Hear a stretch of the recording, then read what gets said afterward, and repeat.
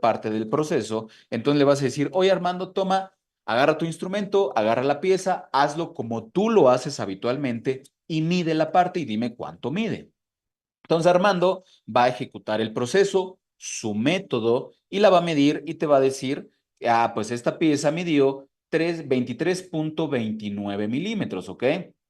Fue la primera medición que le dio Armando de la parte número 1, 23.29. Después, la dejamos la pieza y ahora Minitab, ¿qué te dice? Toma la pieza número 2 y dile a Armando que la mida. Ahora tú tomas la pieza 2, tú sabes que es la 2, pero Armando la ve como cualquier parte del proceso, ¿sí? También importante, si te cuesta trabajo identificarlas, las puedes poner debajo de una mesita o algo en donde él no vea qué pieza estás agarrando, ¿ok? Entonces, la va a medir nuevamente, ejecuta su método y te va a decir que mide 22.44 milímetros. Y así sucesivamente. Después va a ir con la medición 3, después con la 4, con la 5, hasta concluir con sus 10 mediciones. Las primeras 10 mediciones son las primeras 10, es la primera réplica de Armando, en donde ya midió una vez las 10 unidades que yo seleccioné.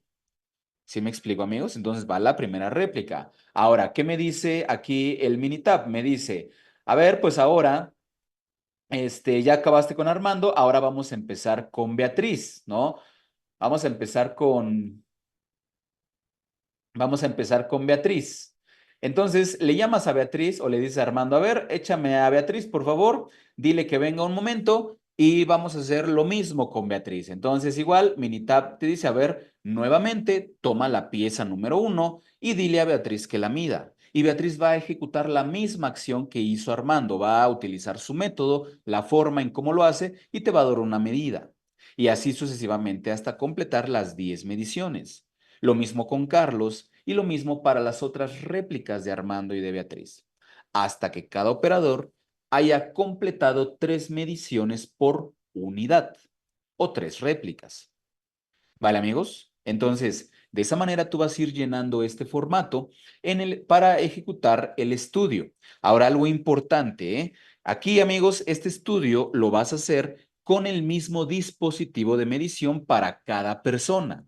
No, cada uno va a traer su propio dispositivo de medición. No, los tres van a estar utilizando el mismo. ¿Y cuál van a utilizar? El que utilizan en el proceso. No uno de laboratorio de metrología, nada, el que utilizan en el proceso.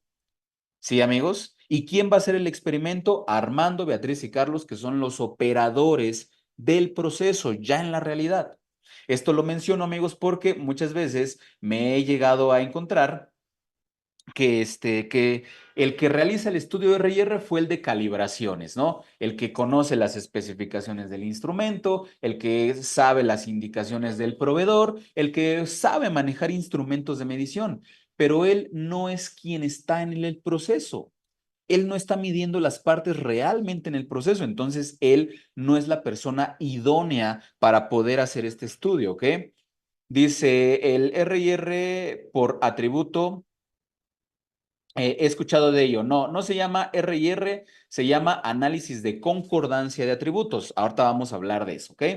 También del de atributos, ¿vale, amigos? Entonces, pues aquí tú ya tienes las mediciones completas, vamos a suponer, ¿ok? Ahora, recuerda, en este estudio vamos a analizar la precisión del sistema de medición. ¿Qué es la precisión? Mi capacidad de reproducir o de repetir una medida.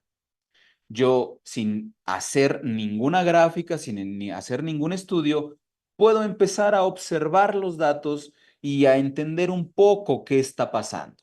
Un poco, ¿no? No de manera profunda, ¿verdad? ¿A qué me refiero? Fíjate muy bien. La pieza uno, esta pieza uno que midió Armando, a Armando le dio 23.29 milímetros. Esa misma pieza uno con el mismo dispositivo de medición, la midió Beatriz y a Beatriz le dio 23.25 milímetros.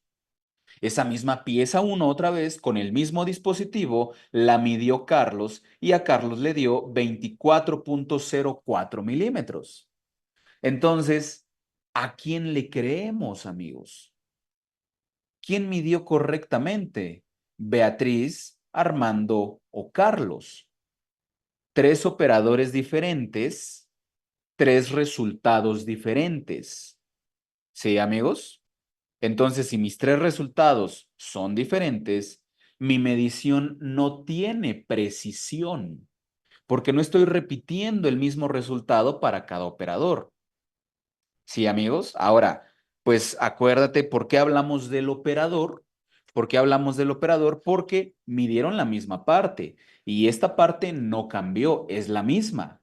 No es que le hayas dado una de una medida a Armando, otra de otra medida a Beatriz y otra a Carlos, no, fue la misma. Y ocuparon el mismo dispositivo de medición, independientemente si el dispositivo está descalibrado, está roto, todo lo que tú quieras. Independientemente de eso, los tres ocuparon el mismo instrumento. Los estamos midiendo con la misma vara, como decimos. Entonces, si estos elementos no cambian, ¿de dónde viene la variación? Pues de acá. ¿Sí, amigos? Porque esto puede tener mucho sesgo. Aquí, acá, acá, acá, en donde quieran, lo que platicamos anteriormente, ¿verdad? En el estudio de linealidad y de sesgo. Pero al final están ocupando el mismo. Sí, amigos, independientemente si tiene mucho sesgo o no, están ocupando el mismo. Entonces, si esto no cambia, observamos acá el método que estamos desarrollando al momento de medir. Entonces, aquí simplemente estamos viendo que pues puede haber un tema interesante en cuanto a la precisión de mi sistema de medición. Ahora, para entenderlo más a detalle, amigos, vamos a analizarlo. Fíjense muy bien, me voy a ir aquí a estadísticas, herramientas de calidad. En este caso es un estudio cruzado porque cada operador midió cada parte. Y aquí me pide la parte, me pide el operador y me pide la medición y así vamos a hacer un método ANOVA que ahorita te voy a explicar a qué se refiere eso, ¿ok? Entonces le damos clic en aceptar y me arroja un resultado, ¿ok? Todo esto es mi estudio de repetibilidad y de reproducibilidad, ¿vale, amigos? Entonces, fíjense muy bien. ¿Cómo se interpreta esto? Antes pónganme ahí en el chat, por favor. ¿Vamos bien? ¿Vamos bien? ¿Se va comprendiendo el punto importante de esta herramienta, amigos? Sí, se va comprendiendo esa comparativa que vamos a hacer entre los operadores. Muy bien, muchas gracias. Muchas gracias, colegas. Ahora, muy bien. Entonces, fíjense muy bien, colegas, ¿qué tenemos que hacer? Pues vamos a analizar el estudio de repetibilidad y de reproducibilidad. Por fines didácticos, amigos, de tiempo principalmente, esto lo vamos a omitir porque explicar los grados de libertad, la suma de cuadrados, cuadrados medios, el estadístico F y el valor P nos tomaría tiempo, ¿ok? Entonces, pero de todas maneras aquí no hay como un resultado contundente que nos lleve a tomar una decisión drástica sobre nuestro sistema de medición. Nos vamos a ir más hacia acá abajo, ¿ok? A esta sección que dice R y R del sistema de medición, ¿ok? R y R del sistema de medición. Esta sección se compone de dos tablas. Esta primera dice componentes de la varianza. ¿Qué es varianza? Bueno, aquí no lo veas como la medida de dispersión, de donde viene la desviación estándar, sino la variación. Componentes de la variación. Ahora, ¿a qué se refiere esta tabla, amigos? Fíjense muy bien, voy a hacer aquí un movimiento y ayúdenme a saber, por favor, si logran, bueno, se logran ver las dos pantallas. A ver, un segundito, por favor, un segundito, para explicarlo de una mejor manera. A ver, a ver. Ahí está. A ver, ahí ven las dos pantallas de PowerPoint y de Minitab. ¿Sí se ven las dos? ¿Sí se ven, amigos? A ver, díganme ahí en el chat. Sí, sí se ven. Muy bien. Muchas gracias. Muy bien, gracias, colegas. Ahora, ¿cómo interpretamos la tabla número 1 de componentes de la varianza? la teoría en la variación de un proceso que me dice que la variación de un proceso está conformada por la variación de entre las partes, la variación del proceso, más la variación del sistema de medición. Entonces, la variación total que yo observo, esa que yo veo aquí, cuando yo mido esto, es la variación, lo que me aparece aquí en el instrumento es la variación total, lo que yo puedo observar, ¿ok? Esa variación total, pues como dice total, es el 100% de la variación de mi proceso, ¿ok? Ahora, ese 100% yo acá en la tablita lo identifico aquí en donde dice variación total, ¿ya vieron? Ahora vamos a hablar de porcentajes en porcentaje de contribución. Me dice que la variación total dice 100, pues es el equivalente a el 100%. ¿Sí, amigos? Ahora, la teoría me dice que este 100% de variación se compone de la variación del proceso, la variación entre las partes, ¿ok? La variación que genera realmente el proceso, esa variación que genera realmente el proceso es esta variación. Bueno, aquí está la variación total. Y esa variación parte a parte o del proceso la vemos aquí, donde dice parte a parte, ¿ya vieron? Dice que es una variación del 68,77%. Ahorita vamos a explicar bien qué es. Dice 68,77%. ¿Ok, colegas? Entonces, me dice que del 100% de la variación de mi proceso, de la variación que yo observo de mi proceso, 68,77% viene del proceso y, fíjense bien, la variación del sistema de medición, que es esta que está aquí, es la variación que conforma la repetibilidad y la reproducibilidad. Sí, amigos, la variación del sistema de medición es la que conforma nuevamente la repetibilidad y la reproducibilidad. En la repetibilidad está asociado el instrumento de medición, lo que analizamos anteriormente, ¿ok? Entonces, aquí yo veo la variación de la repetibilidad, ya vieron que dice que es 13,89 y la variación de la reproducibilidad que dice 13,89 y la variación de la repetibilidad que es de 17,34.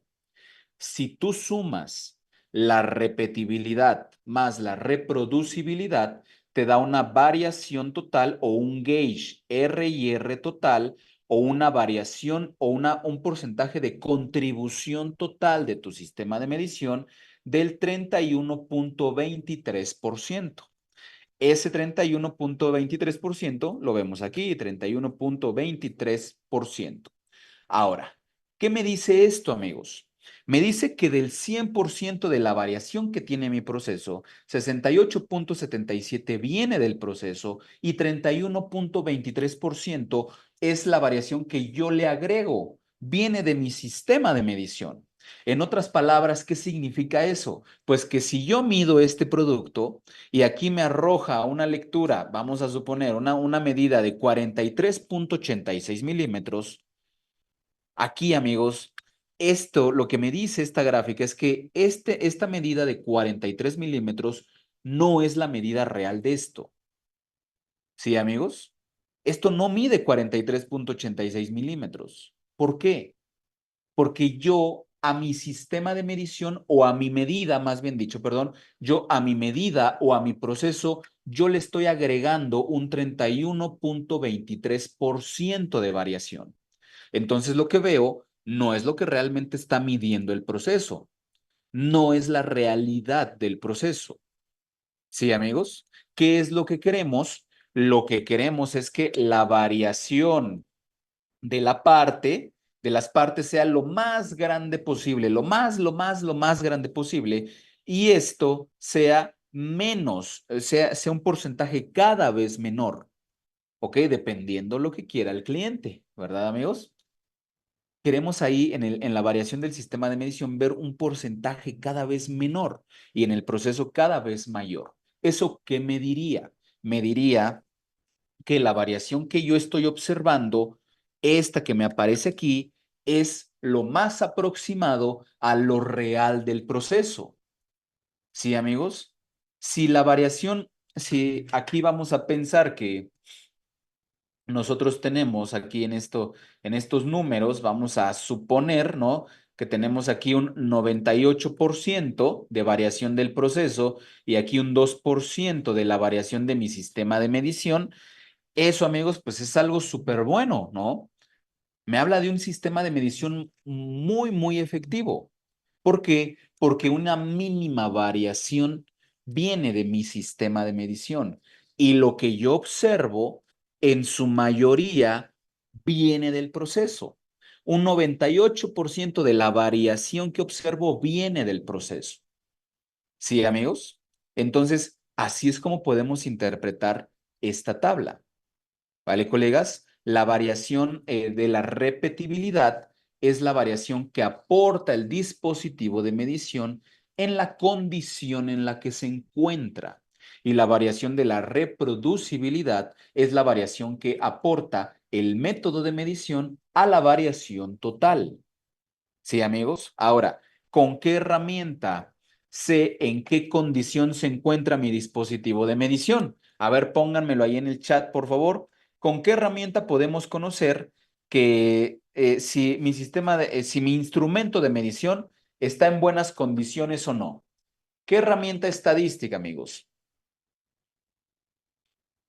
A ver, pónganlo ahí en el chat, por favor.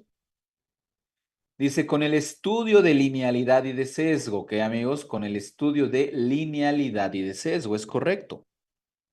Aquí, si yo veo, por ejemplo, que la repetibilidad, a ver, un segundo. Si yo veo que la repetibilidad, amigos, tiene un gran porcentaje de contribución, pues entonces vamos a ver en qué condición se encuentra el dispositivo, ¿no, amigos? Porque ahí me dice que entre el método y el instrumento es el que más aporta variación. Entonces vamos a ver el sesgo, vamos a ver la linealidad del dispositivo. Por eso es que ayer les decía, estos dos estudios de linealidad de sesgo y estudio R siempre se analizan en conjunto. Ok, amigos, son herramientas complementarias, ¿vale, colegas? Entonces, esto es lo que significa esta tabla número 1 de componentes de la varianza, o en otras palabras, de qué se compone la variación de mi proceso, ¿vale, colegas? Entonces, eso es lo que vemos aquí. Ahora, fíjense muy bien. Aquí, obviamente, como ya les dije, aquí lo que queremos es que este número sea lo más grande posible y este número sea lo más pequeño posible. Eso es lo que buscamos.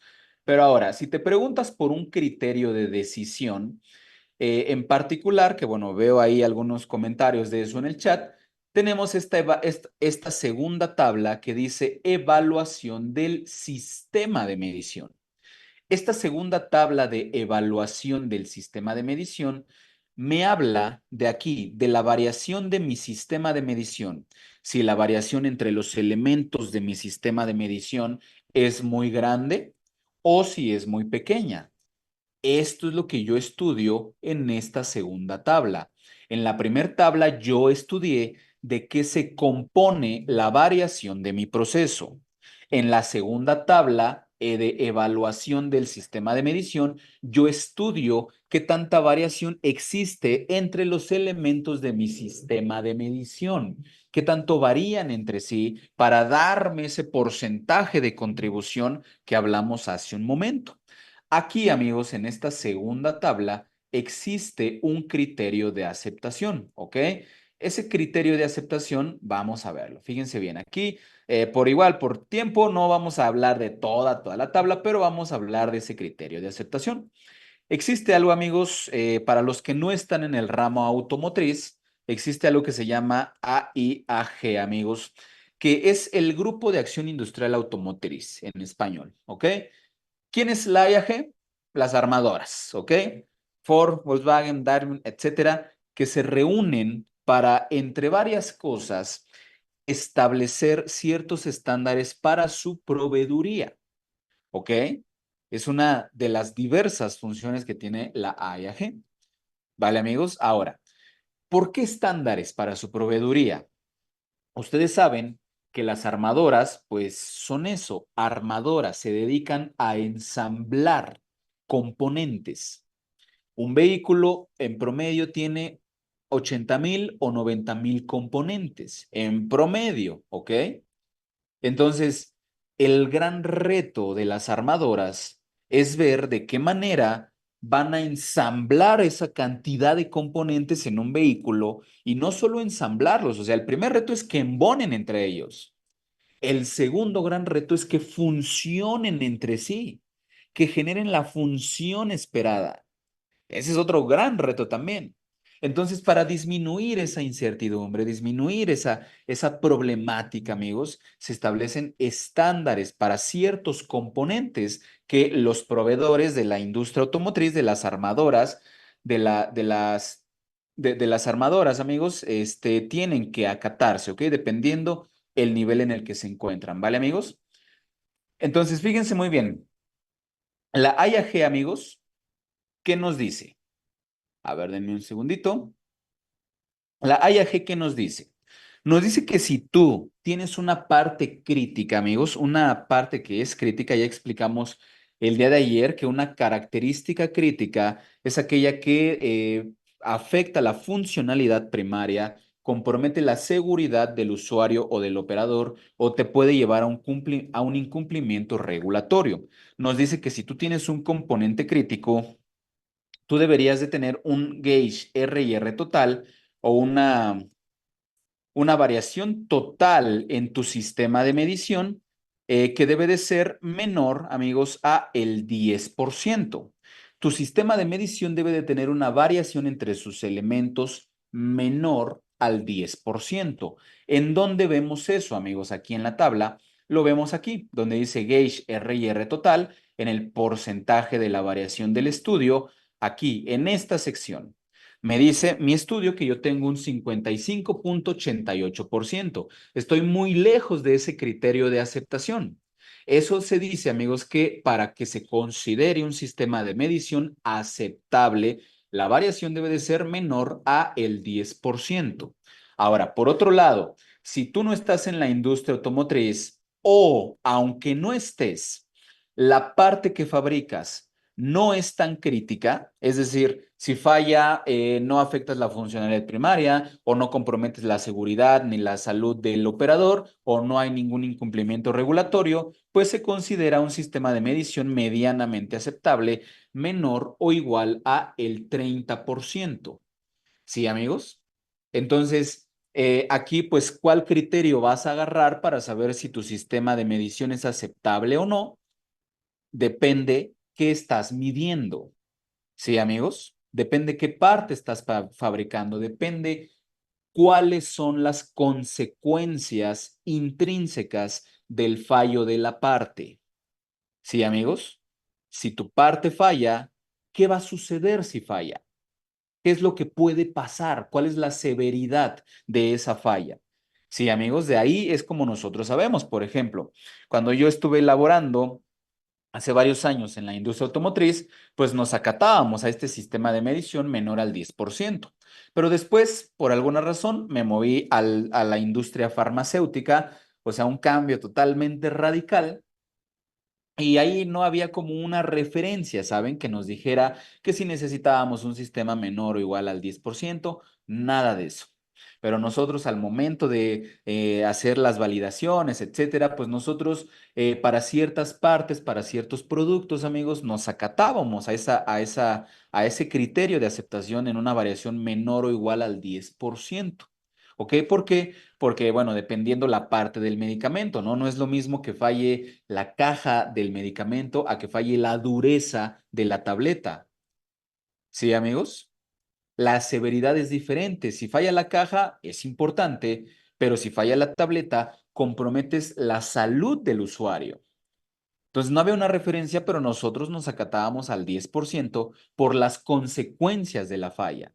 En un vehículo, pues lo mismo, ¿no? No es lo mismo que falle la bolsa de aire a que fallen los tapetes que platicamos ayer, ¿no? Los de la parte trasera del pasajero. Las consecuencias de la falla son diferentes. En uno, la persona puede perder la vida. En otro, pues a lo mejor no hay una implicación significativa. Entonces, ¿a quién le vamos a exigir una medida más precisa y más exacta? Pues al fabricante de bolsas de aire. A él le vamos a exigir mayor calidad y obviamente una medida más rigurosa, más estricta que al fabricante de los tapetes. Sí, amigos, entonces dependiendo que estés midiendo. Ahora, también otro criterio que se puede utilizar es cuál es el costo del retrabajo. Vamos a suponer que tu parte o sea, aquí no estás en la industria automotriz, sino en cualquier otra, la que tú quieras. Pero lo que tú haces, si falla, no compromete la funcionalidad de nada, no compromete la seguridad ni la salud de nadie y no te lleva a un incumplimiento regulatorio. Pero si falla, el costo de retrabajo es muy grande. Entonces ahí, pues de acuerdo a la definición de parte crítica, a lo mejor no es una característica crítica, pero retrabajar eso sale muy costoso. Imagínate, por ejemplo, en la fabricación de un molde de alto tonelaje. Retrabajar un molde, amigos, lo costoso que puede llegar a ser. Entonces, no comprometemos a nada ni a nadie, pero el retrabajarlo nos va a costar mucho dinero, comprometemos el negocio. Entonces, puedes ocupar un sistema de medición exigente con un porcentaje exigente de variación. Sí, amigos, entonces aquí es lo que dice la IAG para considerar si un sistema de medición aceptable o no, ¿vale? Independientemente en qué industria estés, la pregunta es cuáles son las consecuencias intrínsecas de la falla de la parte, ¿vale, amigos? Eso es lo que debemos de considerar. Ahora, otro criterio de aceptación, amigos, es esto que tenemos aquí abajo, lo que dice número de categorías distintas. ¿Qué es eso de número de categorías, amigos? En estadística se le llama intervalos de clase, ¿ok, colegas? Un intervalo de clase es un conjunto de datos, ¿vale? A ver, ¿cómo lo explico? Porque aquí no traigo una lámina de eso, pero vamos a verlo aquí. Fíjense bien, amigos. Un intervalo de clase, a ver, denme un segundito, me voy a regresar un poco para explicarlo de mejor manera. Un intervalo de clase, amigos, o bueno, más bien dicho, la variación de un proceso, que es esta que ustedes ven aquí, está conformada siempre un histograma por varios intervalos de clase, ¿ok? Por varios intervalos de clase, ¿va? Un intervalo de clase es, por ejemplo, esto que está aquí, un conjunto de datos, cierto número de mediciones que medían entre 3 y 4 milímetros, otra cantidad de mediciones que medía entre 4 y 5 milímetros, otra cantidad de mediciones que medía entre 5 y 6 milímetros, otra entre 6 y 8, otra entre 8 y 10 y así sucesivamente. Lo mismo hacia atrás, entre 3 y 5, entre 2 y 3 y así sucesivamente hasta atrás. Todos estos, amigos, son los intervalos de clase. En una distribución, mientras más intervalos de clase tengamos, mejor comprensión de la variación vamos a tener. Sí, amigos, pero por otro lado, si los intervalos son menos, no se comprende la variación. Es como si tuviéramos aquí en esta distribución nada más este intervalo y ya. Estos tres intervalos de clase, ¿no, amigos? O sea, solo esos tres. Ahí lo que Minitab me dice, oye, güey, pues no le entiendo a la variación de tu sistema. Como que no comprendo cómo se distribuye esa variación. No hay un comportamiento. ¿Sí, amigos? Entonces, si yo tengo pocos intervalos, la comprensión de la variación de mi sistema es baja. Pero mientras más intervalos tenga, mayor comprensión de la variación del sistema puedo tener. Entonces, la IAG que me dice necesita 5 o más categorías para asegurarte que la variación que estás estudiando realmente refleja la variación del proceso, ¿ok, amigos? Entonces, eso es lo que tú debes de considerar aquí como segundo criterio de aceptación, ¿vale? Si tú tienes un tema en que las categorías salieron bajas, pues algo que puedes hacer es aumentar el tamaño de la muestra. Es decir, si ocupaste 5 unidades en tu experimento, súbele a 10 unidades. ¿Ok? ¿Por qué? Porque de esa manera le vas a dar más información a Minitab para comprender mejor la variación. ¿Sí, amigos? Entonces, por eso es importante la cantidad o el número de categorías distintas, ¿ok? A ver, pónganme en el chat, por favor. ¿Va quedando claro o no va quedando claro, amigos? Va quedando claro. Muy bien. Juan dice, ¿cuál debe ser el intervalo máximo de número de categorías? No hay un intervalo máximo, Juan, pero sí un mínimo. El mínimo es de 5, ¿vale? Hay en donde hay sistemas de medición en donde te salen 14, 10, 15, 20 categorías. Ya depende, pero de 5 hacia arriba es lo ideal, ¿ok? Dice, intervalos de clases, si son pocos no se comprende la variación. Entre más, mejor. Es correcto, ¿ok? Muy bien. Excelente, colegas. Muchas gracias. Entonces, en otras palabras, este sistema de medición, si nos vamos aquí por la evaluación que me arrojó, no es aceptable. Tengo que mejorar mi sistema de medición. Vale, amigos, yo no me puedo aventar a medir o a liberar algo que tiene tanta variación. Como les decía el día de ayer, voy a empezar a rechazar lo que está bien y a aceptar lo que está mal, derivado de un mal sistema de medición. Ahora, si te preguntas, en dónde tengo que mejorar? Pues acuérdate, tienes dos elementos, el instrumento de medición y el método de medición. Entonces, eso tú lo ves o lo identificas aquí, la repetibilidad, que es el instrumento de medición, y la reproducibilidad, que es el método de medición. Dependiendo cuál sea más crítico, pues eso te da una idea sobre por dónde empezar a trabajar. Aquí, por ejemplo, decimos que la repetibilidad genera una variación del 41,64%. Entonces, ¿qué hay que hacer? Pues vámonos al estudio de linealidad y de sesgo, a ver cómo anda este instrumento, para saber si lo calibramos, lo ajustamos, lo cambiamos, qué hacemos con el instrumento. O si es aquí el 37,27 del método, a ver, vamos a ver cómo está midiendo la gente. ¿Qué diferencia hay entre las mediciones de Beatriz, Carlos y del otro operador? ¿Sí me explico, amigos? Del tercero, ¿ok? Entonces, hay que ver el método. ¿Qué diferencia hay entre ellos? ¿Sí, colegas? Entonces, esto te ayuda un poco a entender por dónde tienes que atacar tu sistema de medición. Ahora vamos a ver acá la gráfica, colegas, que por fines didácticos de tiempo principalmente no vamos a interpretar toda, ¿ok? Este, no vamos a interpretar toda porque nos tardaríamos pues un buen tiempo. Vamos a interpretar nada más esta gráfica que está acá que dice interacción parte operador. Con esa gráfica podemos tomar una buena decisión, ¿ok? Fíjense muy bien, aquí que vemos, vemos una comparativa de los promedios de las mediciones de cada operador, ¿ok? Una comparativa de promedios de las mediciones es lo que se conoce como el ANOVA, amigos, ¿ok? Eso es el método ANOVA. El ANOVA, amigos, análisis de la varianza, no analiza la varianza como tal, sino lo único que hace es que analiza la diferencia que hay entre los promedios de varios conjuntos de datos, el promedio de Armando, el promedio de Beatriz y el promedio de Carlos. ¿Qué tan diferentes son sus promedios? Eso es un ANOVA, ¿vale, amigos? Entonces, ¿cómo está compuesta esta gráfica? Vamos a suponer aquí, bueno, no, vamos a verlo, perdón, con la gráfica. En el eje horizontal tengo las partes. ¿Recuerdas que yo agarré 10 partes? Tengo la parte uno, la 2, la 3, hasta la 10, las piezas que agarré de mi proceso. Tengo una línea de color para cada operador, el de la mañana, el de la tarde y noche, Armando, Beatriz y Carlos.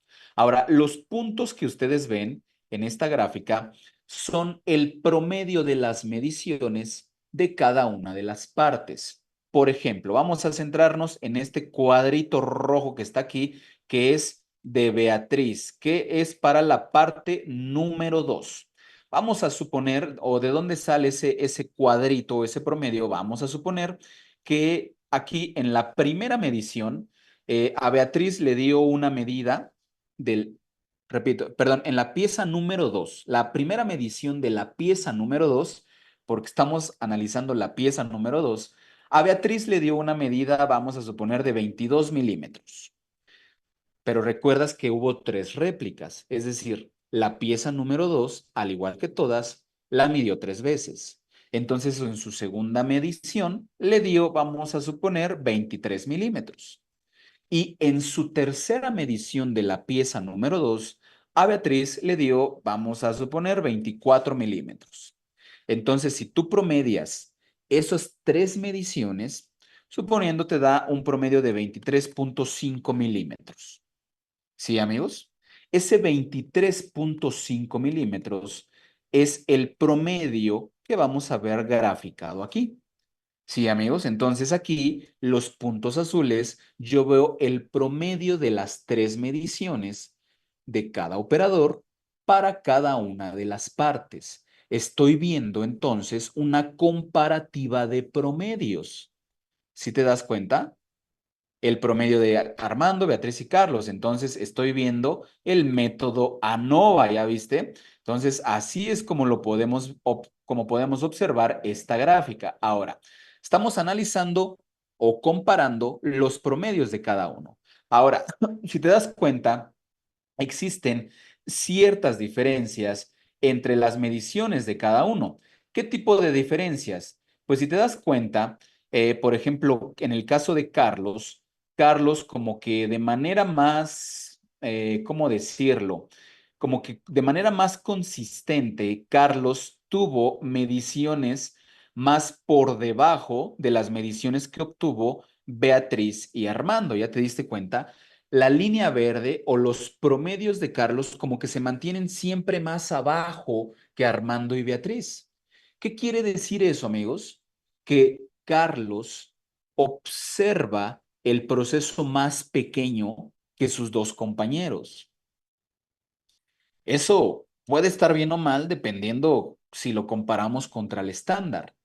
Pero aquí no estamos analizando la calidad de ningún producto. Estamos analizando la calidad de las mediciones de los tres operadores. Entonces, independientemente esté midiendo contra el estándar o no, Carlos está midiendo o obtiene un resultado más abajo que Beatriz y Armando. Vamos a pensar entonces que eso puede derivarse de alguna diferencia en su método. Quizá, por ejemplo, Carlos, cuando ubica el instrumento en la parte, Carlos lo que hace es que lo cierra hasta más no poder y cuando ya no da más, ahí toma la medición. A diferencia, vamos a pensar de Beatriz, que Beatriz a lo mejor lo coloca y así al lleguecito, apenas si toca y siente que toca la pieza, ahí ella toma la medición. Eso es un método de medición diferente. O a lo mejor Carlos ubica el instrumento aquí y Beatriz lo ubica hasta acá. Eso también es un método de medición diferente. Entonces, ¿qué estamos diciendo? Que hay diferencias en la forma en cómo miden. Ahora, como te dije hace un rato, ¿por qué ellos y por qué no el instrumento o la parte? Porque los tres ocuparon los mismos. Entonces, si este no cambió y este no cambió, ¿de dónde viene esa diferencia? Pues de la forma en cómo medí. Entonces, estamos viendo que no están midiendo de manera consistente, dado que los tres tienen promedios diferentes, mi sistema de medición no tiene precisión porque no estoy siendo capaz de reproducir la medida. Entonces, tengo que mejorar tanto el método como el instrumento. A ver, pónganme ahí en el chat, por favor. ¿Está quedando claro, amigos, o no está quedando claro? Dice, ¿se le puede especificar el lugar en donde debe de medir? No es que si se le puede, Israel, se le debe especificar el lugar en donde debe de hacer la medición, ¿ok?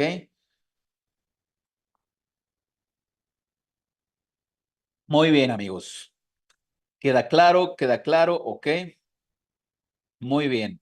¿Se puede analizar con cartas P y NP? No, Mario, ¿vale?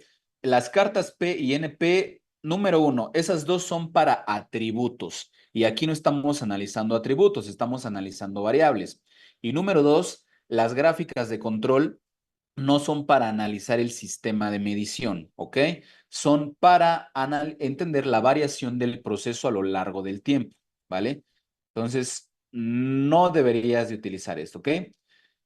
Vale, colegas, entonces, ¿qué tenemos que hacer? En resumen, pues vamos a mejorar el sistema de medición. ¿Cómo? Mejorando la condición del instrumento y mejorando el método. Para mejorar el método, ¿qué tienes que hacer? Número uno, empezar por el estándar. La calidad, colegas, comienza por la estandarización.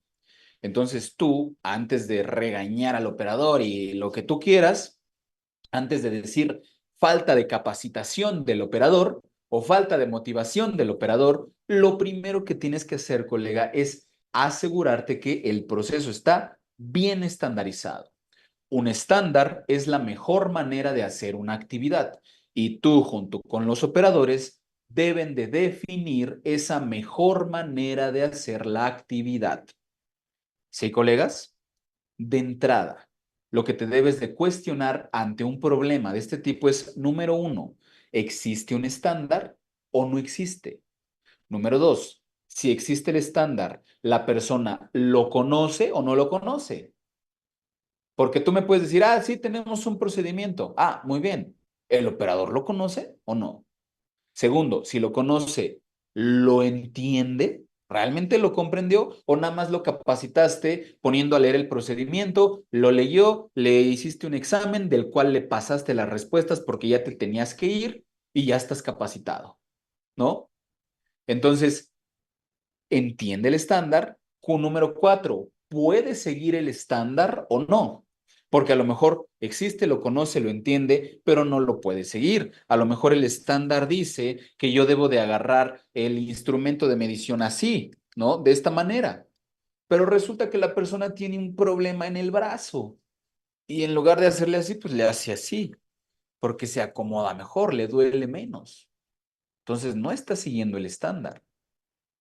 Sí, amigos, y si no puede seguir el estándar, es nuestra responsabilidad mejorar esa condición de tal manera que si vamos a utilizar a ese operador, pueda seguir ese estándar, ¿ok, colegas? Entonces, es parte de lo que tenemos que hacer para mejorar nuestro sistema de medición, ¿vale, amigos? Entonces, a ver, pónganme ahí en el chat si vamos bien o no vamos bien, amigos. Vamos bien. Eso es para datos variables, ¿ok?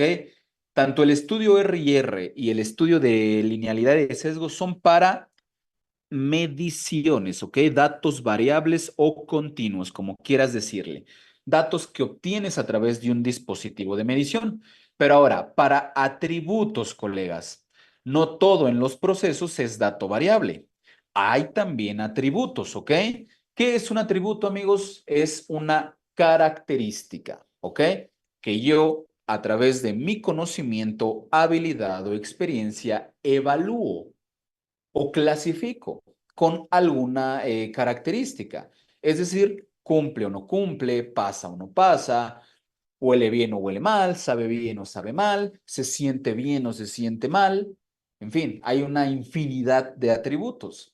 En todos esos atributos, amigos, nosotros no medimos, sino más bien evaluamos. Y también en la evaluación, colegas, hay una gran diferencia entre los criterios de evaluación, así como en el estudio R&R. Una persona te dice que sí cumple y otra persona te dice que no cumple. Esto mismo.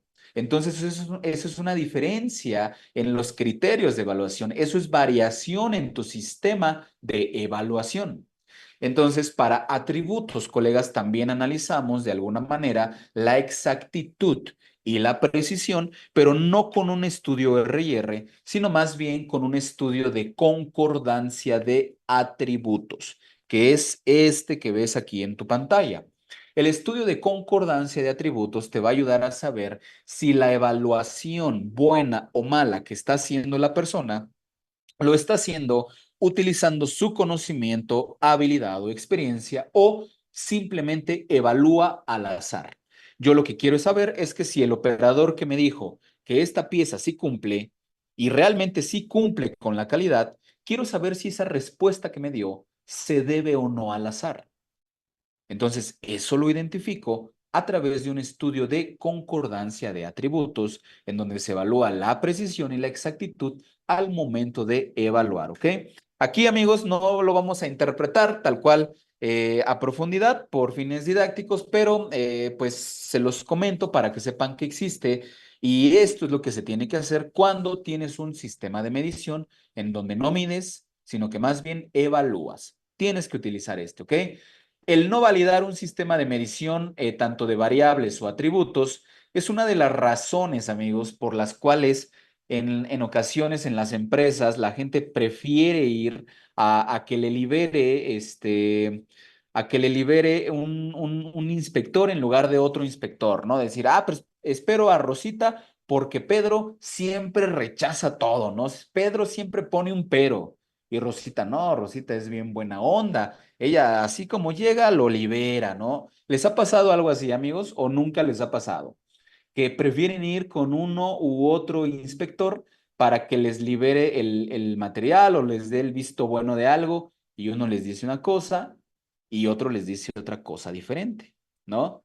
Dicen, si me pasa, totalmente, sí. Bueno, no es que Pedro o Rosita sean buenas o malas personas, es que más bien tienen criterios de decisión diferentes.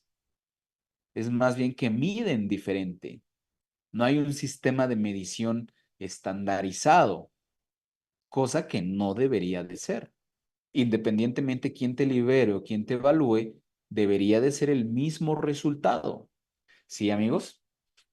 Entonces, mucho ojo con eso, amigos y amigas, ¿vale? Ahora, fíjense bien, ¿qué sigue en el desarrollo de tu proyecto Six Sigma? Ya mejoraste tu sistema de medición, ¿ok? Ya mejoraste tu sistema de medición. Ahora ya tienes la certeza de que sabes medir correctamente, de que los datos que vas a recolectar van a ser datos confiables porque ya pasaste por este proceso de tu sistema de medición. Entonces, ya sabes medir. Ahora, con eso en mente, vas a ir a tu proceso conforme a un plan de recolección de datos, que eso depende del tamaño del lote, la muestra, etcétera, pero con un plan de recolección de datos vas a ir a tu proceso y vas a recolectar, ahora sí, una muestra de datos. Esa muestra de datos pueden ser mediciones o pueden ser evaluaciones, dependiendo el tipo de característica que quieres mejorar. Pero, ¿qué hay que hacer con esa muestra de datos? Pues hay que empezarla a estudiar, a comprender la variación del proceso, que es parte del objetivo de la metodología Six Sigma. Pero, ¿qué tenemos que hacer antes de comprender o de estudiar esa información? Hay un paso muy importante, que es, amigos, analizar la normalidad de mi muestra, ¿ok? La normalidad de mis datos. Esto, amigos, de normalidad solo aplica para datos continuos o variables, mediciones que obtienes a través de un instrumento de medición. La normalidad no aplica cuando tienes atributos. Entonces, si tú lo que quieres mejorar, tu característica crítica que vas a mejorar corresponde a un atributo, no tienes que hacer esto. Pero si corresponde a un dato variable, sí lo tienes que hacer.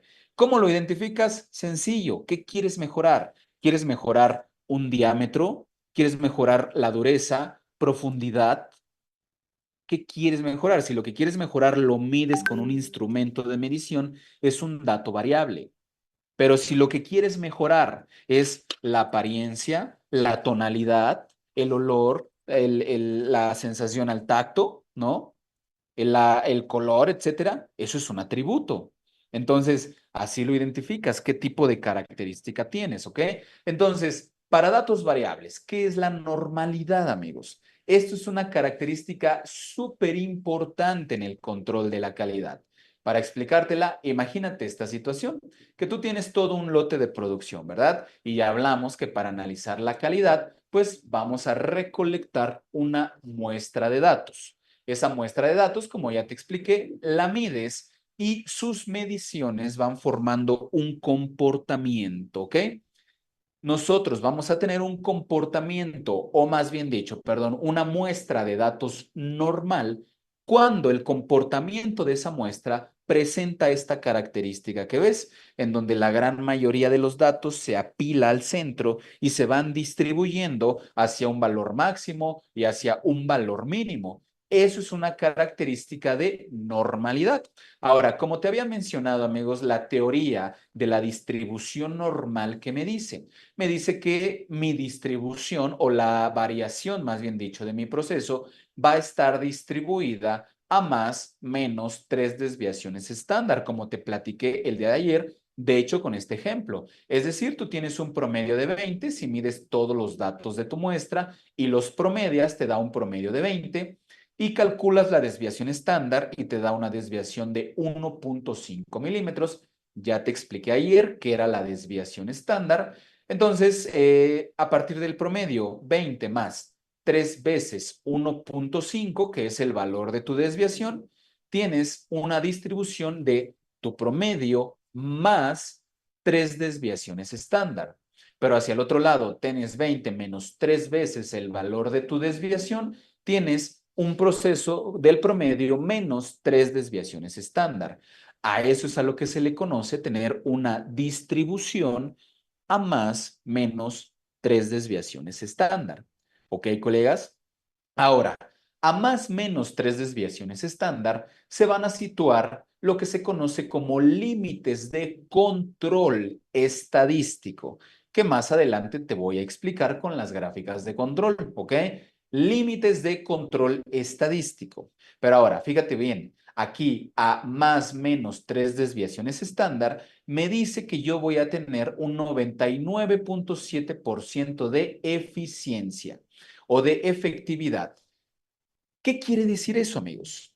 Quiere decir que si tú vas a tu proceso y agarras una pieza al azar, como te platiqué anteriormente incluso, y esa pieza la mides, esa medida va a tener un 99.7% de probabilidad de estar dentro de ese intervalo de más menos tres desviaciones. Es decir, colega, que si tú agarras esta pieza, la mides, hay un 99.7% de probabilidad de que el resultado que veas aquí en tu instrumento de medición esté entre 15.5 milímetros y 24.5 milímetros. Y tienes un 99.7% de probabilidad de que el resto de tu lote, el 100% de la población, esté en ese intervalo de medida.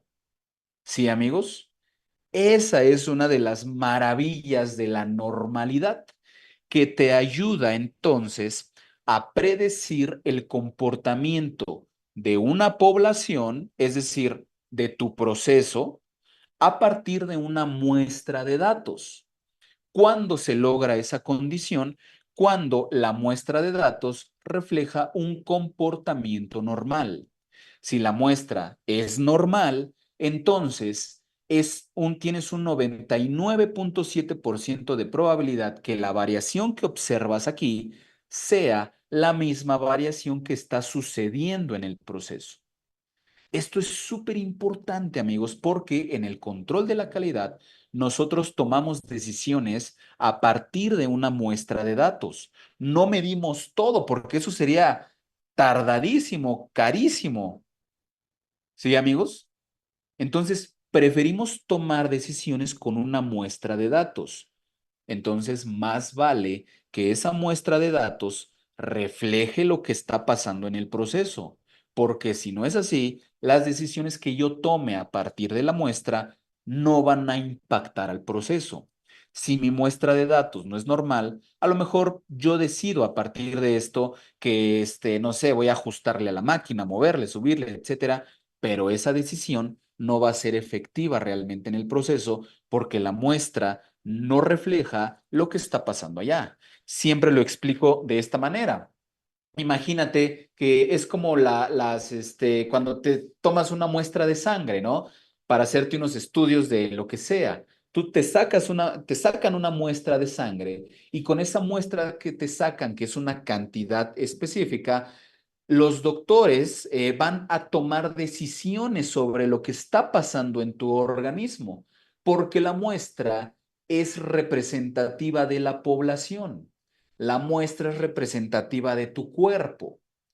Entonces, si eso se cumple, si la muestra representa a la población, lo que los doctores vean aquí es lo que hay acá. Por consecuente, van a poder tomar una buena decisión sobre si te receto algo, te opero o lo que tengan que hacer. ¿Sí, amigos? Dado que la muestra representa a la población.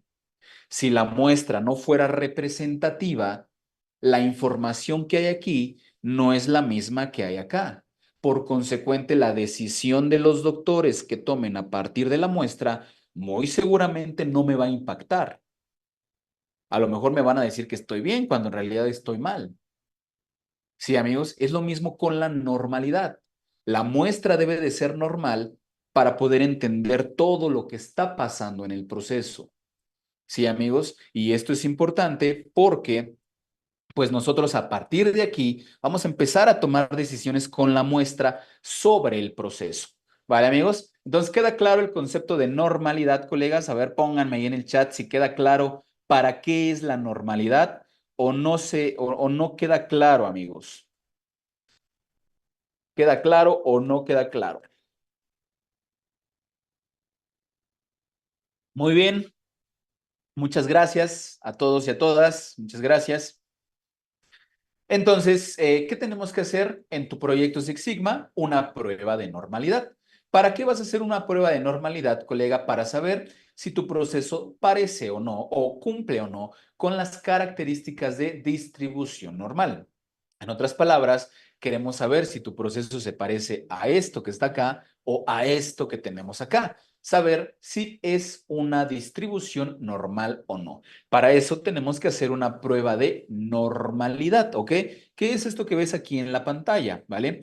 En donde pues lo único que hay que hacer, amigos, es aquí considerar este p-valor, que bueno, aquí la regla es que ese valor P, amigos, sea siempre mayor a 0.05, ¿ok? 0.05 o 0.05. El P-valor debe de ser mayor a 0.05. Aquí, amigos, una disculpa si no les explico el por qué, pero sería bastante extenso, ¿ok? Porque tendríamos que hablar del intervalo de confianza, de la hipótesis nula, hipótesis alterna y todo eso para saber de dónde viene el 0.05. Pero quédate con esa referencia. Ese p-valor o esa probabilidad debe de ser mayor a 0.05. Eso te da un indicativo de que tu muestra de datos representa una distribución normal. ¿Vale, amigos? Ahora, fíjense bien. Después, ya recolectaste tu muestra. Ajá. Ya, si son datos variables, ya analizaste si es normal o no. Si con ella vas a poder comprender el proceso o no. ¿Ok? Vamos a suponer que ya es normal, porque es un requisito para la calidad. Si no es normal, pues bueno, hay varias alternativas, pero vamos a pensar que ya es normal. O por otro lado, si tú tienes atributos, pues de eso ni te preocupaste. Pero ahora, para datos variables o atributos, ¿qué sigue? Pues lo que sigue, colegas, es comprender la variación del proceso, ¿ok? Comprender la variación del proceso. Ahora, ¿qué tenemos que hacer? ¿O cómo lo vamos a hacer? Pues fíjense muy bien. Nosotros, la muestra de datos que recolectamos, ya nos aseguramos que es confiable y ya nos aseguramos que es representativa del proceso. Ya con eso, llega el momento de comprender la variación del proceso. ¿Cómo para qué queremos comprender la variación del proceso? Pues queremos comprenderla, amigos, para entender si mi proceso cumple o no con una condición estable, con una condición de estabilidad a lo largo del tiempo. ¿Por qué es importante esto, colegas? Porque un proceso que no es estable es un proceso que no es predecible. Y si yo tengo un proceso que no es predecible, no voy a poder asegurarle la calidad a mi cliente. Siempre lo explico de esta manera, ya muchos han escuchado este ejemplo, ¿no? Imagínate que por alguna razón te tocó cuidar a un bebé, tu hijo, tu sobrino, lo que sea, te tocó cuidar a un bebé. Entonces, parte de cuidar a ese bebé, pues es alimentarlo y cambiarle el pañal, ¿verdad? Entonces, imagina que un día los dos están ahí viendo la televisión y de repente empiezas a notar ahí un poco un olor medio extraño, volteas a ver al bebé y dices, creo que le hace falta un cambio de pañal, ¿no? Entonces, vas al centro comercial, compras un pañal, regresas y se lo reemplazas. Y dices, bueno, pues ya quedó el proceso. Problema solucionado. Pasan 2, 3 horas y nuevamente la misma situación. Y dices, "Oh, pues otra vez, nuevamente vas al centro comercial, compras otro pañal y se lo reemplazas y dices, bueno, ya quedó. Y así, a lo largo del día, te tocó ir 3 o 4 veces. Pasa una semana y dices, como que esto ya no me está conviniendo, como que el ir y venir todo el tiempo por un solo pañal me hace perder tiempo, dinero, esfuerzo, gasolina, etcétera. Dices, voy a hacer una mejora al proceso. Entonces empiezas a hacer cálculos y dices, a ver, pues se gasta entre 6, 7 pañales al día, a la semana son tantos, al mes tantos, y haces tus cálculos y resulta que, conforme a tus números, el bebé gastaría aproximadamente 500 pañales al mes, suponiendo un número. Entonces, con eso en mente, vas al centro comercial, compras los 500 pañales, regresas y dices, bueno, pues ya está, problema solucionado. Ya no voy a tener que ir y venir al centro comercial, gastar ni tiempo, dinero, ni nada, porque ya está, ya los compré. Entonces aquí los voy a ocupar y ya tengo para todo el mes. ¿Qué sucede? Tiempo después empiezan a pasar los días, 5 o 6 pañales al día, 5, 4, 7 pañales conforme a tus números, más o menos unos poquitos pañales. Todo bien, va bien, pero de repente a la segunda semana el bebé no deja de llorar, se agarra el estómago y resulta que está enfermo del estómago. Se suelta el bebé. Entonces, hay que cambiarlo de pañal más frecuentemente. Y de repente te das cuenta que el día de hoy gastó 18 pañales, el siguiente día 24, 16, 22, 30 pañales, 43, porque está enfermo. ¿Y qué pasó? Que el proceso se descontroló. Sí, amigos, pasó de una condición estable a una condición inestable con mucha variación. Entonces, un proceso que no es estable, no es predecible. Ahora tú ya no sabes cuántos pañales vas a ocupar al mes, porque nada más en 2 semanas ya se gastó 250 pañales y tú habías comprado 300 para todo el mes. Entonces ahora ya no sabes realmente cuántos pañales vas a ocupar al día, al mes, porque un proceso que no es estable no es predecible. Y si no es predecible, yo no puedo garantizar la calidad de un producto. Ahora tú ya no puedes garantizar que te vas a gastar 1,000, 2,000 o 3,000 pesos porque no sabes cómo va a reaccionar ese proceso. Entonces, por eso, amigos, nosotros es importante entender si mi proceso se mantiene o no en una condición estable para saber qué tan predecible puede llegar a ser a lo largo del tiempo y saber si esa variación es mucha o poco y si se mantiene estable o no. Y eso lo logro con qué? Con las gráficas de control, ¿ok, amigos? Las gráficas de control no son exclusivamente para analizar la calidad del producto, sino más bien para analizar la estabilidad del proceso a lo largo del tiempo. ¿Ok, amigos? Para eso son las gráficas de control. ¿Ok?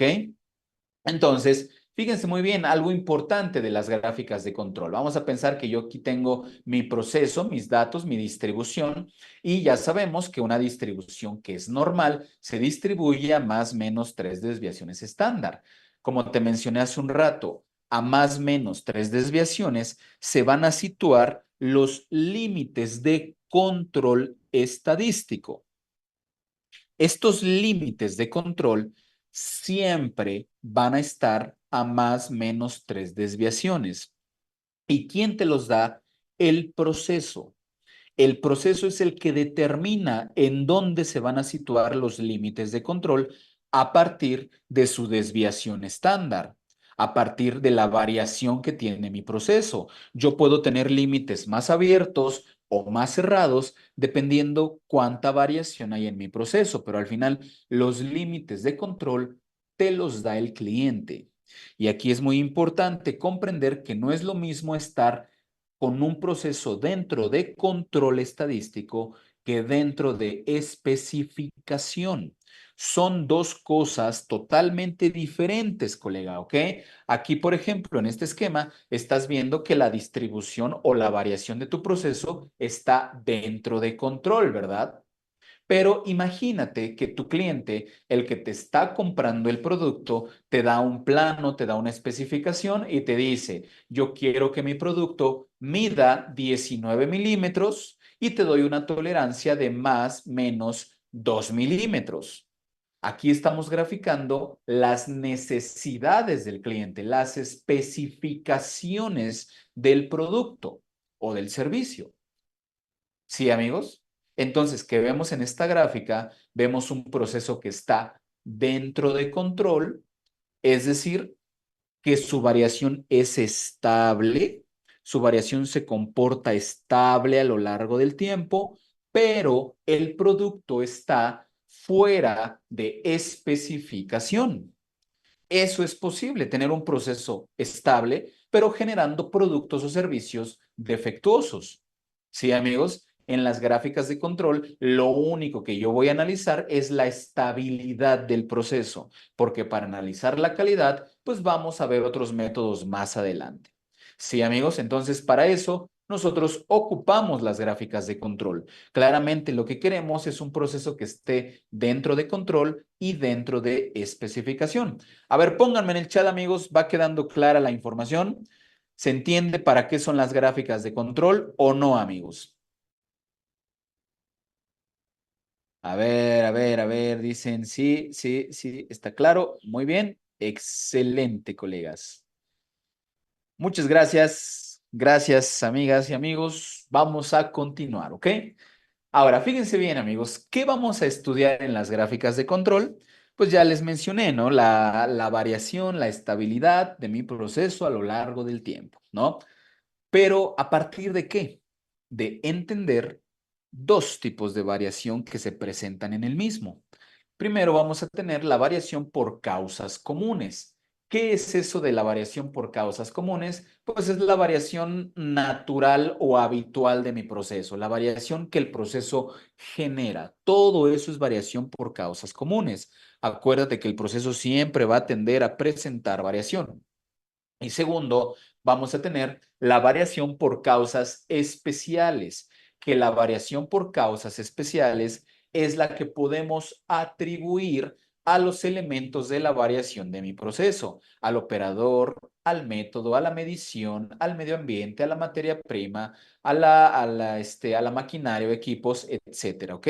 Que son las fuentes de variación que hablamos anteriormente. Entonces, nosotros vamos a ver estos dos tipos de variación en las gráficas de control.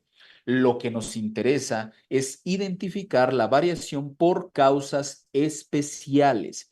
Esa es la que nos interesa identificar. La de causas común, pues hay que comprenderla, pero pues a lo mejor no sería tan significativa para un estudio, dado que esa variación siempre va a tender a presentarse, ¿ok?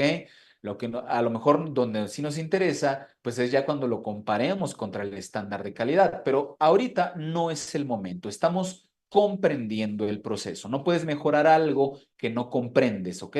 Entonces, para hacer gráficas de control tenemos diferentes tipos de gráficas de control dependiendo el tipo de dato que vas a utilizar, datos variables o datos de atributos. Para datos variables existen la gráfica XR, de promedios y rangos, la gráfica XS de promedio y varianza, y la gráfica, hay una tercera que no está ahí, que se llama gráfica IMR o gráfica de valores individuales, o también gráfica de rango móvil se le llama, como quieras llamarlo, ¿vale? Pero entre estas tres gráficas que te mencioné, entre la XR, XS y de rango móvil son la misma gráfica. ¿Ok? Son la misma y se interpretan de la misma manera. Lo único que cambia es el tamaño de la muestra que ocupas para hacer cada una de estas gráficas.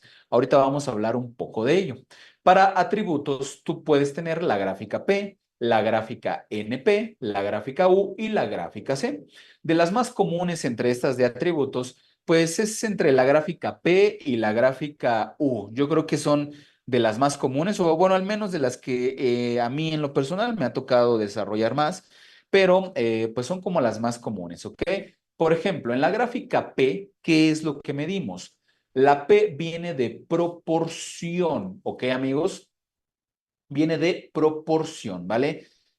Dicen, esas son las gráficas que les decía, sí, esas son las gráficas, ¿no? Pero esas no son para la validación del sistema de medición, ¿vale? Mucho ojo con eso porque creo que fue del comentario de hace un rato de que si se podía hacer la validación del sistema con las gráficas de control. No, ¿vale, amigos? Son dos, estamos en dos momentos diferentes, ¿ok? Entonces, la gráfica P, la P viene de proporción. ¿Qué es una proporción, amigos? Pues es, vamos a llamarlo así, un porcentaje, ¿ok? ¿Porcentaje de qué? De elementos defectuosos, ¿vale, amigos? De elementos defectuosos. Como por ejemplo, ¿cómo se mide? Vamos a pensar que tú en un turno de trabajo, vamos a suponer que haces 1000 unidades. De esas 1000 unidades, 200 te salieron defectuosas. Entonces, esas 200 equivale a un 20% de elementos defectuosos. En el siguiente turno, vamos a pensar que hiciste 300 unidades, ¿no? Y realizaste, no sé, perdón, 3000 unidades e hiciste 3000, perdón, 300 defectuosas. Entonces, esas 300 defectuosas, vamos a pensar que equivalen a un 10% de elementos defectuosos. Y así, en el siguiente lote, hiciste cierta cantidad y hubo cierto porcentaje de defectos y así sucesivamente. La gráfica P, lo que grafica, valga la redundancia, pues es esa proporción de elementos defectuosos, cómo se viene comportando tu porcentaje de defectos a lo largo del tiempo, a lo largo de una hora, a lo largo de un turno, a lo largo de un día, de un mes, de un año, al nivel de tiempo que lo quieras analizar, ¿ok? Principalmente eso te grafica la gráfica P, ¿ok? Entonces, fíjense bien, vamos a hacer una de las más comunes, que es la gráfica XR, ¿vale? Para datos variables, ¿ok? Entonces, a ver, pónganme ahí en el chat si vamos bien, están listos para el ejemplo o no están listos, amigos y amigas. Dice, ¿puede regresar a la diapositiva? No sé, ¿es esta? Creo que era esa. Vamos bien, vamos bien, vamos bien. Muy bien, excelente. Bueno. Vamos a hacer una gráfica XR, ¿ok? Para esto, fíjate muy bien. Vamos a pensar que tú ya fuiste a tu proceso, ¿verdad? Y recolectaste esta muestra de datos, ¿vale? Esta muestra de datos ya la recolectaste con un sistema de medición validado. Ya son datos confiables. Ya son datos que reflejan la realidad del proceso. Entonces, lo recomendable, amigos, para recolectar una muestra, siempre, bueno, es recomendable, ¿verdad? En medida de lo posible, porque hay veces que por la misma característica del proceso, pues no es posible recolectar una muestra en subgrupos, pero lo recomendable es que se recolecte en subgrupos. ¿Qué cosa es un subgrupo, amigos? Un subgrupo es un conjunto de datos, ¿ok? Un conjunto de datos como esto, por ejemplo. Vamos a pensar que aquí yo en la primera hora de producción fui al proceso y recolecté o hice 5 mediciones. A la segunda hora de producción fui otra vez al proceso y recolecté otras 5 mediciones. Y así sucesivamente a lo largo de todo un día de producción. Yo fui recolectando de 5 en 5. Entonces, mi tamaño del subgrupo es de tamaño 5. porque cada muestra o cada subgrupo contiene 5 mediciones. Sí, amigos, es importante hacerlo así en subgrupos si es que el proceso lo permite, si no nos valemos de otro tipo de gráficas como la gráfica de rango móvil, pero si es así, amigos, es importante hacerlo de esta manera porque a través de los subgrupos vamos captando la variación típica de mi proceso. Es decir, no es la variación la misma, la variación que observamos al arranque, la variación que observamos 2 horas después, la variación que observamos después de la comida, en el turno de la noche. La variación siempre va cambiando, es variación. ¿Por qué? Porque durante el día suceden cosas, amigos, que hacen que el proceso se comporte de manera diferente. Hay ajustes, hay cambio de operador, hay cambio de condiciones del el entorno, el calor, el frío, no lo sé, y todo eso puede generar una diferencia en el proceso. Entonces, con los subgrupos a lo largo del tiempo, vamos capturando pedazos del comportamiento de la variación a lo largo de ese periodo de tiempo. Sí, amigos, entonces, ese es un subgrupo. Ahora, fíjense bien. Yo voy a hacer una gráfica X barra R, ¿ok? Una gráfica X barra R. ¿Por qué una XR y no una XS? Depende, amigos, aquí la decisión que tomen del tamaño del subgrupo que tengan. Si tienes menos de 8 datos o tu subgrupo, perdón, es menor a 8 datos, entonces tienes que hacer una gráfica XR. Si tu subgrupo es mayor que 8 datos, tienes que hacer una gráfica XS, ¿ok? ¿De qué depende si agarras 8 o agarras más de 8 datos? O agarras 20 o 30, depende de qué tan susceptible es tu proceso de variación. Por ejemplo, vamos a pensar, hace unos días estaba en una empresa farmacéutica y ahí viendo una tableteadora. Y en esta tabletadora, amigos, pues se coloca la materia prima, se programa, se ajusta, velocidad, fuerza, etcétera, y se le da ciclo. Y la tabletadora empieza a correr, a trabajar, a trabajar, a trabajar y saca una cantidad enorme de tabletas por minuto, por hora, por turno. Es demasiado producto, pero en ese proceso no intervienen muchas fuentes de la variación. Es muy complicado ver la variación ahí porque todas las tabletas tienen características sumamente similares. Entonces, dado que ese proceso, en ese proceso es un poco más difícil de ver la variación, agarramos un tamaño del subgrupo más grande, mayor que 8. ¿Sí? De 20, de 30, de 40, más grande que me permita comprender mejor la variación. Pero ahora, por otro lado, imagínate un proceso en donde interactúa el operador, hay un método específico, interactúan otras fuentes de variación. Ese proceso es más fácil de comprender la variación porque tiene más elementos de variación. Entonces, cuando es así, puedes agarrar un subgrupo menor que 8. ¿Ok, amigos? Entonces, para hacer las gráficas de control, me voy a ir acá a estadísticas, gráficas, en este caso es de variables, voy a hacer una XR. Y aquí lo único que me pide Minitab es que coloque los datos, ¿verdad? Así sencillo, sin problemas. Y si se dan cuenta, Minitab solo me pidió datos, ¿vale? Es lo único. No me pidió especificaciones ni nada. ¿Por qué? Porque no estamos analizando la calidad del producto. Estamos analizando la estabilidad del proceso a lo largo del tiempo, ¿ok? Entonces, aquí tenemos mis dos gráficas de control, ¿ok? O bueno, esta gráfica, más bien dicho, que es una gráfica X barra y R. ¿Qué es eso de X barra, amigos?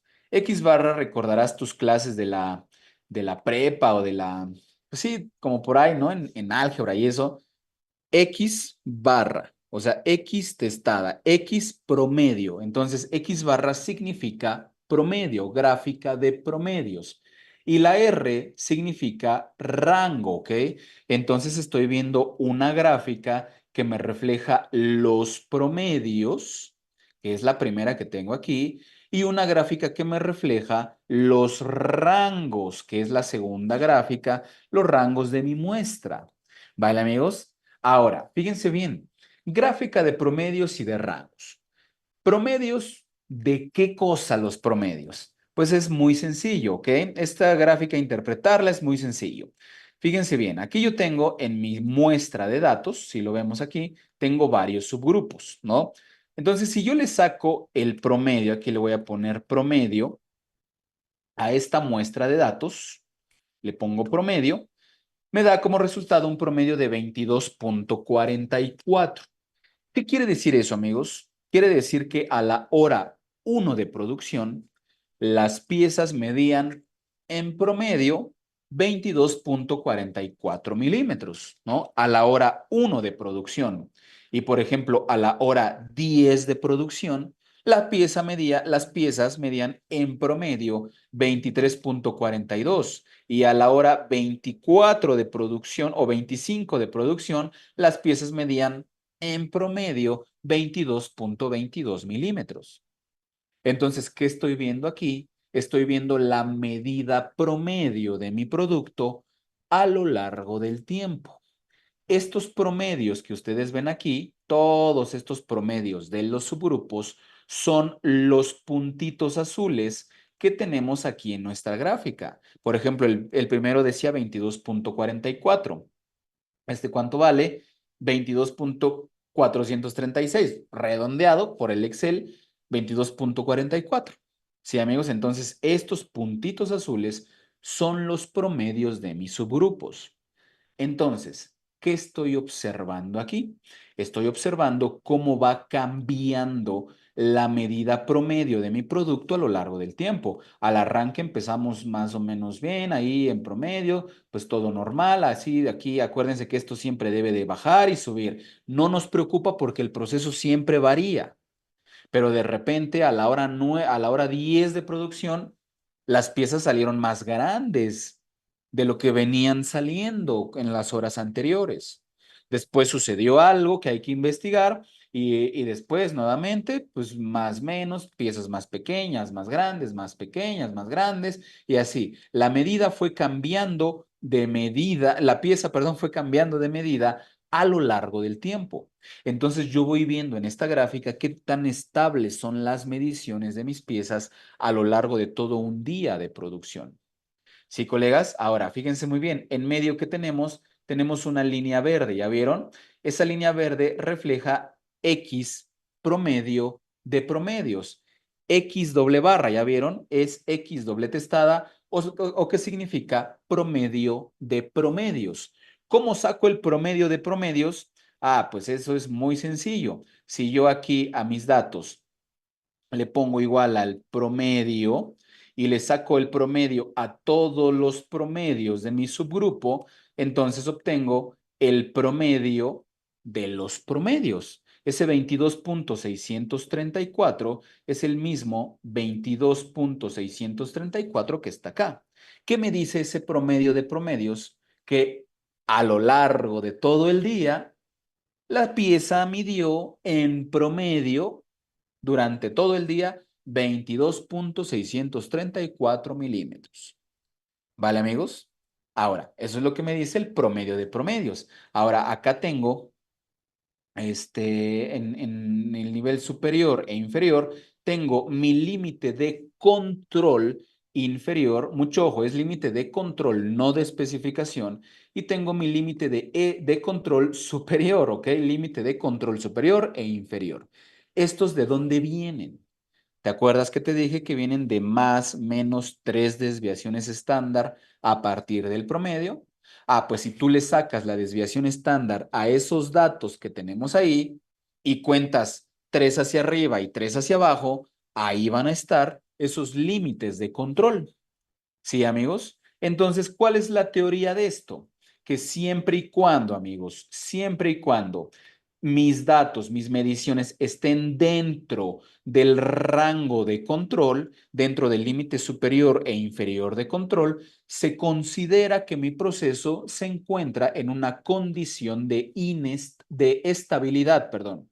Se considera que el proceso está en una condición estable. No te preocupes si va hacia arriba y abajo, siempre y cuando esté dentro de los límites de control, el proceso es estable. Que vaya hacia abajo y hacia arriba no es problema porque es parte del comportamiento de un proceso. Siempre varían. Entonces no te preocupes por eso. Hay otras características de inestabilidad que le llamamos pruebas, pero bueno, eso ya es otro tema. Bueno, es parte de lo mismo, perdón, pero nos costaría más trabajo o más tiempo explicarlo, ¿ok? Pero en términos generales, siempre y cuando todo esté dentro de control, se considera que el proceso es estable. Ahora, aquí nosotros estamos viendo un punto fuera de control. ¿Eso qué quiere decir? Que hay una inestabilidad, que a la hora 10 de producción sucedió algo que debo de investigar. ¿Sí, amigos? Entonces, mi proceso no es estable. Este proceso, entonces, no es del todo confiable, porque es inestable, porque tiene un punto fuera de control. A lo mejor tú me puedes decir, ay, Eduardo, pero eso fue de ayer, ¿no? Ya se corrigió, pues ya fue de ayer, hoy ya no va a pasar seguramente. Bueno, si no se ha corregido, si no se ha hecho nada y fue de ayer, ¿qué te asegura que esa inestabilidad no se va a volver a repetir? Es 99.7% probable que así como ayer tuvimos un punto fuera de control, hoy volvamos a tener otro punto fuera de control. ¿Por qué? Porque la muestra es representativa de la población gracias a la normalidad. Entonces, si ya pasó aquí, en el proceso también está pasando. Entonces, ¿cuáles van a ser las acciones que vamos a tomar? Que depende cómo vamos a interpretar la gráfica, que ahorita les voy a decir cómo, ¿ok? Entonces, no es estable mi proceso, no es predecible. Si pasó, puede volver a pasar mañana, porque esto es un reflejo del proceso. Sí, amigos, entonces así estamos interpretando la gráfica de promedios. Después tenemos la gráfica de rangos, ¿ok?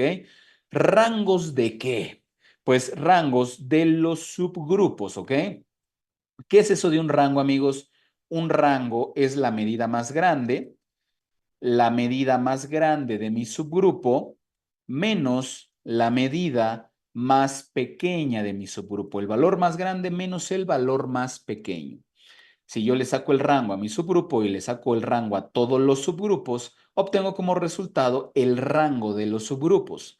Estos rangos son los que nosotros vemos graficados aquí en mi gráfica de rangos, estos puntitos azules.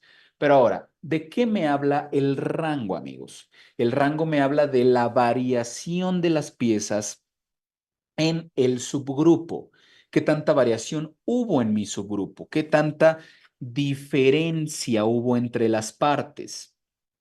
Si fueron muy parecidas o muy diferentes. ¿Qué tanta variación tuvo mi proceso? ¿Ok? Aquí yo estoy viendo, amigos, fíjense bien, en la gráfica también de promedios, perdón, regresándome un poco, la variación entre subgrupos, la variación entre este y este, entre el 3 y 4, entre el 4 y 5, entre el 5 y 6, qué tanto se parece la primera hora con la segunda hora, con la tercera hora, qué tanto se parecen la variación entre subgrupos. En la gráfica R, lo que yo veo es la variación de mi subgrupo. ¿Ok? Si mi subgrupo tiene perdón, si el rango de mi subgrupo es muy grande, quiere decir que en mi subgrupo hubo mucha variación. Si el rango en mi subgrupo es muy pequeño, quiere decir que en el subgrupo hubo muy poca variación. Es decir, imagínate que aquí en la hora 3 yo le pongo 22, 22, 22 y 22 y 22. Ahí acá, 22. Ahí. 22, amigos, así, 22 en todos. Es decir, todas las mediciones 22, ¿qué quiere decir? Que todas las piezas midieron lo mismo. Entonces, el rango de cuánto es de cero. ¿Por qué? Porque si todas miden igual, no hay una diferencia entre ellas. ¿Sí me explico, amigos? Mientras más diferencia existan entre ellas, el rango va a tender a ser más grande. Eso me habla de que hay variación en mi proceso. Sí, amigos, de eso me habla la gráfica de rangos. Ahora, ¿cómo lo vamos a interpretar? Fíjense muy bien, amigos. A ver, antes de pasar a esto, amigos, vamos a acabar a lo mejor unos 7 o 10 minutos después, yo creo que como unos 5 o 7 minutos después. ¿Está bien? ¿No hay problema? ¿Sí? ¿No hay problema? Ok. Dicen, vamos a darle, muy bien, sin problema, excelente. Muy bien. Ahora, fíjense muy bien, ¿cómo vamos a interpretar estas gráficas? Primero, imagina estos tiros al blanco. Tenemos uno que representa la gráfica de promedios y otro que representa la gráfica de rangos. Imagina que yo tengo 3 dardos y lanzo el primero y cae ahí con una medida de 1 o un valor de 1. Lanzo el segundo y cae ahí con un valor de 4. Lanzo el tercero y cae ahí con un valor de 7. En la gráfica X barra o de promedios, lo que yo hago es promediar estos 3 datos, 7, 4 y 1. Si yo los promedio, me da un promedio de 4. ¿Qué quiere decir eso? Que mi medida promedio es de 4. Se mantiene dentro de lo que se considera estable, dentro de los límites de control. Pero ahora, en la gráfica de rangos, el rango es la medida más grande, que en este caso fue 7, menos la medida más pequeña, que en este caso fue 1. Si tú restas 7 menos 1, te da un rango de 6. Aquí lo que estamos viendo es que tenemos un rango fuera del límite de control. ¿Qué quiere decir eso? Quiere decir que la diferencia, amigos, la diferencia, vamos a pensar que estas son mis piezas medidas. La diferencia entre las mediciones o las dimensiones de lo que medí es muy grande, ¿ok? Esta es muy diferente a esta y a esta. Son muy diferentes entre sí. Y bueno, pues hay que verlo. 7, 4 y 1. Son números muy separados, muy dispersos entre sí. Hay mucha variación en mi medida. ¿Sí, amigos? Entonces, ¿qué quiere decir? Que pues hay elementos de la variación que están generando pues ese resultado en mi proceso. Vale, colegas, cuando nosotros tenemos un resultado como esto que están viendo en su pantalla, ¿qué es lo que tenemos que hacer? Tenemos que trabajar en eliminar las fuentes de la variación de mi proceso. Mucho ojo, cuando el promedio es estable, pero el rango es inestable, como lo que estamos viendo, hay que eliminar las fuentes de la variación del proceso. ¿Qué fuentes de la variación? Pues, ¿cuáles son las de tu proceso? Persona, método, medio ambiente, maquinaria o equipo, materiales, medición. ¿Qué está afectando a tu proceso que de repente hace que varíe más? ¿Sí, amigos? Pero ahora, imagínate otro caso. Lanzas el primer tiro, cae ahí con un valor de 7. Lanzas el segundo, cae con 8 y lanzas el tercero, cae con 7. En la gráfica de promedios, ya sabes que tú promedias los tres y te da como resultado una medida promedio de 7.3. ¿Qué es eso? Es una medida promedio más grande de lo que se considera estable en tu proceso, más grande de los límites de control. Entonces, tu medida promedio está saliendo más grande, tus piezas, tu producto está saliendo más grande. Pero ahora, la gráfica de rango. El rango es la medida más grande menos la medida más pequeña, 8 menos 7, te da un rango de 1. Un rango casi, pues bajando hacia 0. ¿No, amigos? Un rango pequeño. Entonces, ¿qué quiere decir esto, amigos? Que en mi proceso hay muy poca variación. Sí, amigos, hay muy poca variación entre los elementos de mi proceso. Son muy parecidos estos productos entre sí. Este mide 7, este mide 7 y este mide 8. Son muy parecidos, hay muy poca variación entre ellos. Solo que el problema es que están saliendo más grandes de lo normal, más grandes de lo común. ¿Ok, amigos? Pero son muy parecidos, pero están más grandes. ¿Qué tenemos que hacer entonces aquí? Tenemos que trabajar con ajustes a los parámetros del proceso. ¿Qué parámetros del proceso? Pues la pregunta es ¿con qué parámetros trabaja tu proceso? Presión, temperatura, velocidad de corte, cantidades, pesos, no sé, ¿con qué parámetros le mueves a tu proceso? Súbele aquí, bájale acá, échale más, échale menos. ¿Sí, amigos? Entonces, el primer caso, fíjense muy bien, me voy a regresar un poquito. Este primer caso en donde el rango es muy grande, es como si vieran esto, que yo lanzo el tiro de esta manera, primero lo lanzo así, el segundo lo lanzo de esta manera y el tercero levanto la pierna y lo lanzo por debajo de mi pierna, ¿no? Entonces, ¿qué pasa? Que es un tiro muy variado, ¿sí lo vemos? Entonces, en ese caso, tengo que estandarizar el tiro, amigos, eliminar fuentes de la variación. Es como si tú me dijeras, a ver, Eduardo, vamos a corregir todo esto. El pie derecho debe de estar adelante, la mano debe de estar a 90 grados, debes de cerrar el ojo izquierdo y ahí le tiras. Corregir todo lo que nos puede generar una diferencia. ¿Sí, amigos? Y en el segundo caso, amigos, aquí en donde el tiro salió muy poco variado, en este segundo caso, ¿qué tenemos que hacer? Ajustar parámetros en el proceso. ¿Qué es eso? Pues es como si me dijeran, a ver, Eduardo, ya sabes tirar. Cada que tiras, tus tiros caen uno a un lado de otro. Siempre caen casi en el mismo lugar. Nada más que el problema es que están cayendo fuera del blanco. Ahora, así como lo estás haciendo, nada más muévete unos 5 centímetros a la izquierda y ahí le tiras. Ajusta tus parámetros en el proceso y ahí le tiras para centrar el proceso en donde queremos que esté. Sí, amigos, entonces de esta manera nosotros vamos a interpretar estas gráficas y solo vamos a tener dos opciones: eliminar fuentes de la variación o ajustar los parámetros del proceso, ¿ok? A ver, pónganme en el chat, amigos, ¿quedó claro o no quedó claro, colegas? A ver, pónganlo ahí en el chat. Dice LCI y LCS, ¿qué significa? Límite de control inferior y límite de control superior. Eso significan, ¿ok? Recuerden que los límites de control los determina el proceso y los de especificación los determina el cliente con base en sus necesidades, ¿ok? Muy bien, ahora a ver, vamos a ver si sí es cierto que quedó claro. A ver, observen este subgrupo que voy a señalar aquí a continuación. Este subgrupo, el subgrupo 18.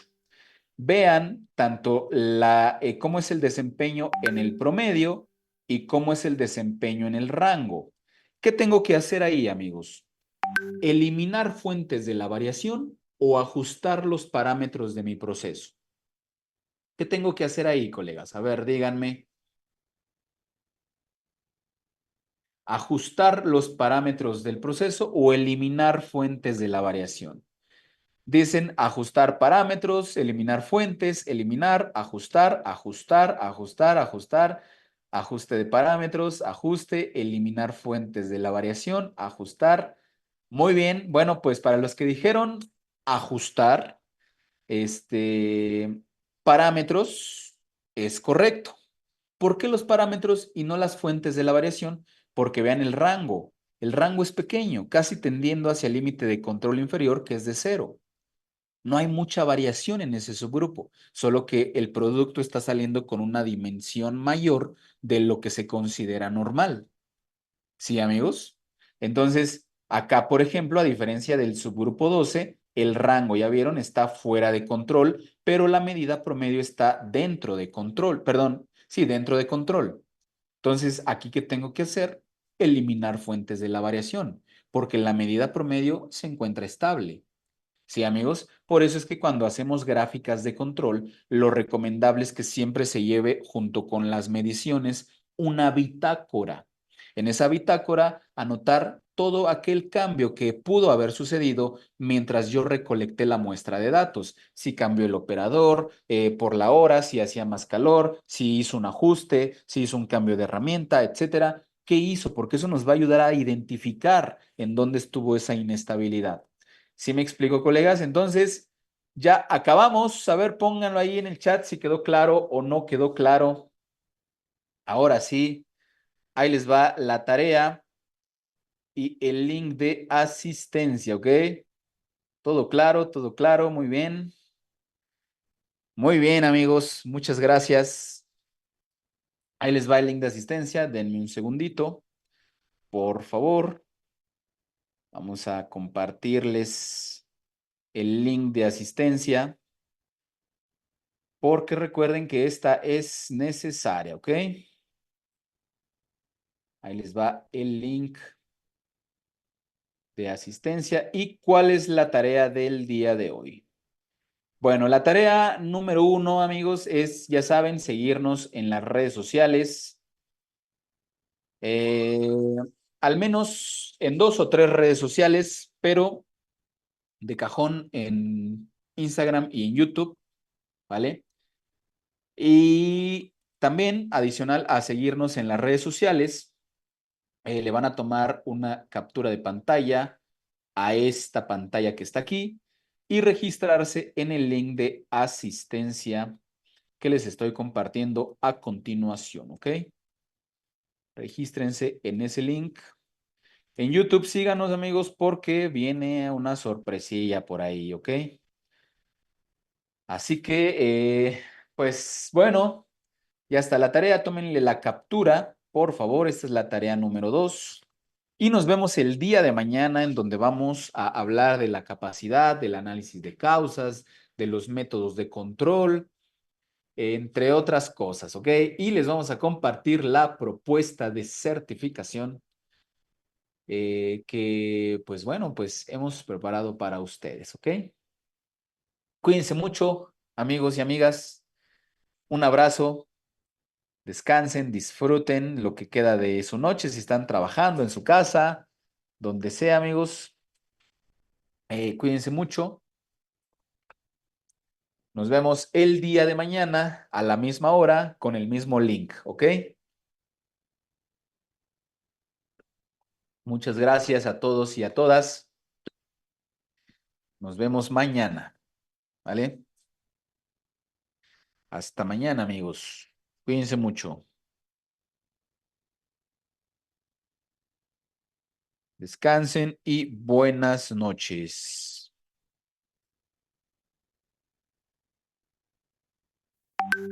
Nos vemos, amigos y amigas. Buenas noches hasta donde quiera que estén.